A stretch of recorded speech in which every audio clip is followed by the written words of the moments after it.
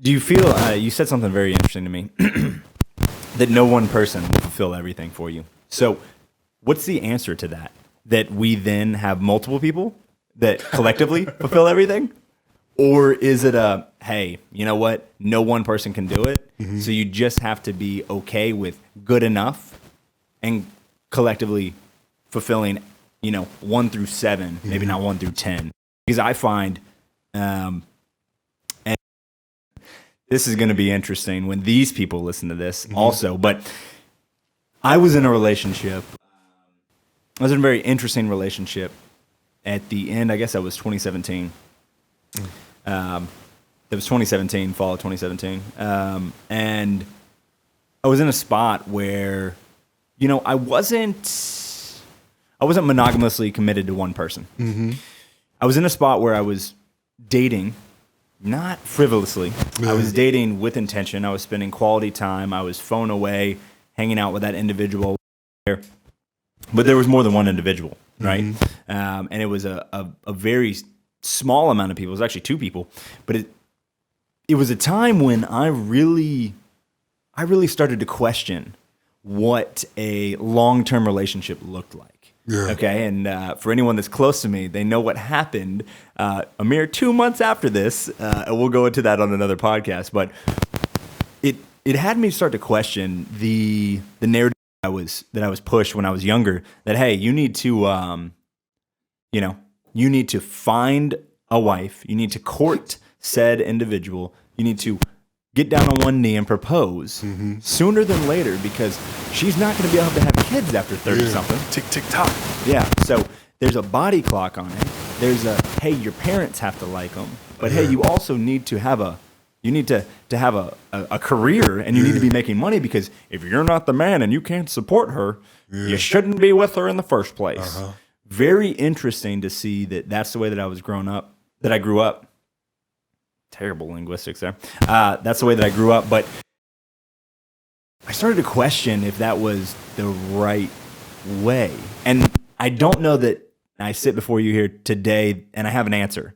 I don't know that the traditional frame, cookie cutter taken out of a box and placed on my lap necessarily fits where I'm going or what I'm looking for, but it was very interesting to have an experience where it was a much deeper emotional connection with 2 individuals. They both publicly knew me, but they privately differently. And they fulfilled different emotional spaces in my life. I didn't hike with both of them. One of them I worked out with. The other one I went and did adventure stuff with. It was just very interesting. I know this sounds like James, what are you talking about? You just had a list of... No, it was a connection that I don't know why I never gave room to speak about it or to think about it or to journal about it like we're doing here right now about this topic because it's something that continuously comes back up on the tail end of shitty singular relationships, monogamous relationships. Well, what if or what about that? This situation always comes back up in my mind.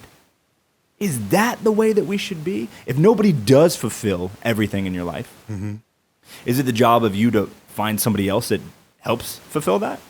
Or is it for you to just be unfulfilled? And because you're fulfilled enough with one person, that it should just be chalked up to, that's life. And you just stay with one person. Yeah. And I don't have the answer. And I have some thoughts. I don't have the answer, I don't need you to have the answer. I want to hear your thoughts on that, though, because it kind of, in some ways, it sounds a little pessimistic. And I get that that's all perception, but oh, well, if they can't fulfill everything, I'll just throw baby out with the bathwater. Yeah.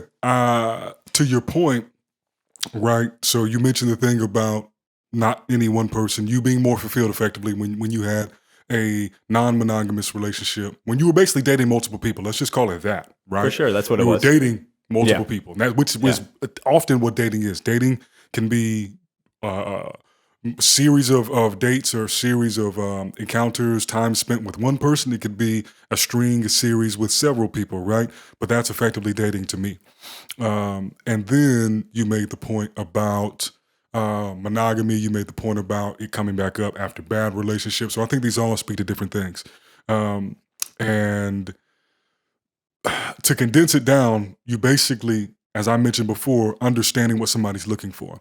If you know that you want adventure and you also want fitness, right, out of a partnership with somebody, and you can't get that with one person. It sounds so surface level as you're saying that back to me. But, just because we're giving this the context. Yeah. We can't speak for every variability in existence. For sure. But let's just take those two things. If you are romantically involved with one person who gives you, let's say, one of those attributes, well, then it doesn't mean that that person shouldn't qualify necessarily because they don't get the second attribute. That goes back into the value system. Do you need both those boxes to be ticked by the same entity, right? So for instance, I may hold a value of honesty, and I may hold a value of grace in who I choose to have a partnership with romantically. Now, those are two qualities that I just expressed are valuable to me. Just like in your situation, exercise and adventure were valuable. But I don't necessarily need a business partner of mine to be graceful. I may need them to be honest as well, but I don't need them to be graceful necessarily because I don't value that in a business partnership. If I'm sitting down with somebody for us to see how we can create something of value and make profit off of it and distribute it to other people. So I think that's part of what people got to think about when they're considering romantic relationships. Because even if intellectually, humor, just all these different things that often can be divorced, because if we're keeping it blunt, one of the core factors that defines, if we're just keeping it blunt, a romantic relationship is the physical relationship innate in it. Otherwise, all these things we talk about often are shared between good friends, right? And growing up, most of my really good friends, or let me not say most, I had a lot of really good friends that were women, that were girls. And I had some homies, Very few homies though. And so, I had like 3 or 4, I didn't really have a huge circle. But I think I was able to go such a long time without feeling necessarily like I was missing out in a relationship because I was still able to spend time with women who were beautiful. I was able to spend time and get their opinion, get the humor, get the grace, get the feminine energy from them because once again, that's also what I was seeking, right? A lot of people, men, heterosexual, make an assumption, man, heterosexual woman is usually looking for their counter polarity, right? And we'll get deeper into this and we'll drop some game on another episode. But effectively, you figure that out and you find out what is necessary in terms of attributes that have to come from that person that you're engaging with physically, if we're going to use that as the distinction, the step change value of a romantic relationship. And if it's not that, and it's not anything that you would feel hurt by or violated if whoever you were in a partnership sought from another person, once again, you got to establish that, right? If it's against the rules to dance, with somebody else. No, seriously, I had a good friend. She went swing dancing, at UGA with somebody who wasn't her boyfriend. And then she had somebody she was dating. To them, that wasn't a boundary cross, but maybe going camping for a weekend, in some mountains, and it's just the two of you, maybe that's off limits to somebody that's not the romantic partner. So all of these come with some sort of understanding or framework of what is fair play and what's foul play. And I think the reason that a lot of people will have a reflection after poor relationships is it's the reminder that they still have not figured out what they want out of the relationship and then how they should steer that or most optimally arrive at that. Yeah, I think that's also, another thing that comes up when you have just a bad taste in your mouth after a poor relationship. A lot of that has to do with maybe your expectation with the relationship. And then also maybe the unhealed trauma. From childhood and other things that you haven't addressed. Yeah. So whole nother can of worms. Yeah.